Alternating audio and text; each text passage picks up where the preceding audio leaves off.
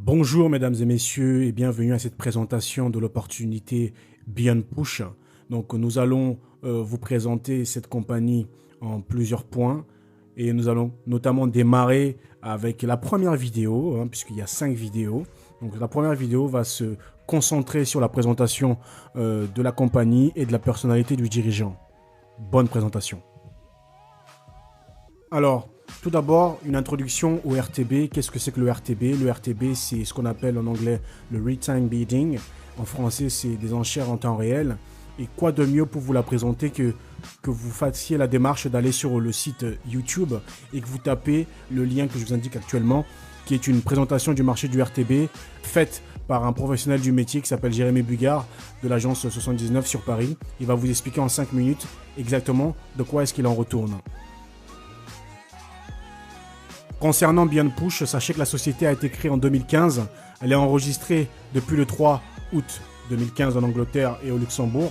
Cette compagnie permet aux membres d'investir sur le marché du real-time bidding afin de bénéficier de la croissance de ce secteur de la publicité digitale. Vous savez qu'il y a plusieurs typologies de publicité. Donc si vous avez regardé la vidéo de Jérôme Bugard, vous savez exactement de quoi est-ce que l'on parle. À droite, vous pouvez voir notamment le certificat d'immatriculation de la compagnie. Alors, concernant le dirigeant, qui est Ferki Demirovski, le CEO de BeyondPush? Tout simplement, sachez qu'il est né en Macédoine. Pour la petite histoire, Alexandre le Grand est origine de la Macédoine, pour ceux qui ne le sauraient pas. C'est un petit clin d'œil que je fais comme ça, une petite touche d'humour dans cette présentation. Beaucoup de personnes ne savent pas où se situe la Macédoine, donc j'aime bien le rappeler. Donc il a fait des brillantes études et après il a quitté sa ville natale pour aller à la capitale et là où il a été diplômé de l'American College sur le département des relations internationales. Donc après ses études, il est engagé en tant que conseiller dans le cabinet du ministre pour attirer les investissements étrangers vers la Macédoine et il était en l'occurrence responsable de la gestion des investissements de l'Asie, du Moyen-Orient et de la Turquie. Son expérience lui a donné l'occasion de voyager à travers toute la planète et de profiter de nombreuses sessions de formation internationale dans différents domaines. Et cela lui a permis de se faire pas mal de contacts et des connexions dans le milieu des affaires. Eh bien, il a également une société de consulting, en fait, une espèce de think tank où il réfléchit sur les problèmes de développement, les problèmes d'investissement liés à la Macédoine, notamment en collaboration avec beaucoup d'ONG, toujours dans l'optique de pouvoir lever des fonds pour pouvoir développer ce pays qui est la Macédoine. Alors, pourquoi est-ce que le CEO va-t-il créer BeyondPush? Tout simplement, comme je viens de le dire à l'instant, à travers toutes les missions qu'il a dû faire, il a rencontré beaucoup de personnes, il a rencontré beaucoup de professionnels, et c'est comme ça, en fait, que lors d'une de ses missions au sein du cabinet du ministre, il va le découvrir, le marché du RTB, par le biais d'une entreprise qui voulait investir justement en Macédoine. Donc ce qu'ils ont fait, c'est qu'ils ont mis des fonds dans cette entreprise pour l'aider à croître, puisque était attaché à cette mission un programme d'aide aux entreprises innovantes s'installant en Macédoine.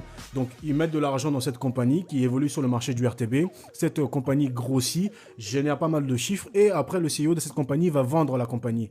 Et quand eux ils vont faire le retour sur investissement, ils vont s'apercevoir que c'était vraiment un placement très très payant. Qu'est-ce qu'ils voient? Tout simplement ils voient une opportunité et il se dit ce serait bien que je commence à réfléchir à peut-être investir sur ce marché puisque c'est un marché de niche, c'est un marché que je ne connais pas. Je suis certain, c'est ce qu'il s'est dit, qu'il était certain en fait, qu'il y avait un secteur et qu'il y avait quelque chose à faire sur ce business-là, il a commencé à réfléchir et 3 ans après, BeyondPush était né. Parce que c'est quand même un processus qui a duré 3 ans et parce qu'il avait d'autres missions et notamment auprès du ministre de Macédoine.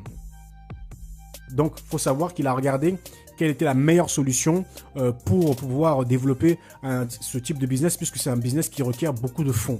Donc, il s'est tourné tout de suite vers le multi-level marketing puisque vous pouvez bien comprendre que lui, il n'a aucune expérience dans le multi-level marketing. Donc, il s'est entouré de collaborateurs qui savent ce que c'est que le multi-level marketing et il a démarché des leaders comme vous. Il fait appel à ces leaders-là qui, eux, ont une expertise dans le multi-level marketing pour pouvoir allier votre expertise du multi-level marketing à son expertise en termes de financement, en termes de gestion, en termes de management pour pouvoir faire grossir cette entreprise qui est BeyondPush. La société BeyondPush a 3 priorités. La première des priorités, c'est d'augmenter son capital financier afin de réaliser de meilleurs profits à partager.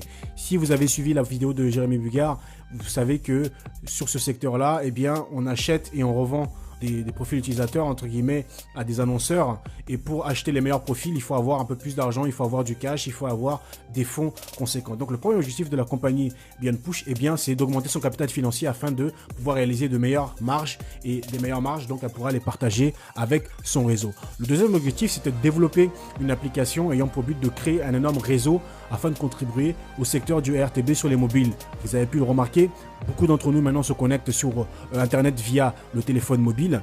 Eh bien, la société BeyondPush veut investir dans ce secteur-là puisque la publicité temps réel sur le média mobile, sur l'outil, du moins sur l'appareil mobile, n'est pas encore très développée. Et donc, c'est pour ça que BeyondPush veut vraiment développer cette activité-là. La troisième des priorités, c'est de devenir le leader de ce marché en 2018. Voilà, la première vidéo est terminée. Donc, c'est la première d'une série de 5. Je vous invite à enchaîner sur la deuxième vidéo si jamais vous voulez savoir comment est-ce que cette compagnie paye et quels sont les produits qu'elle propose. Merci.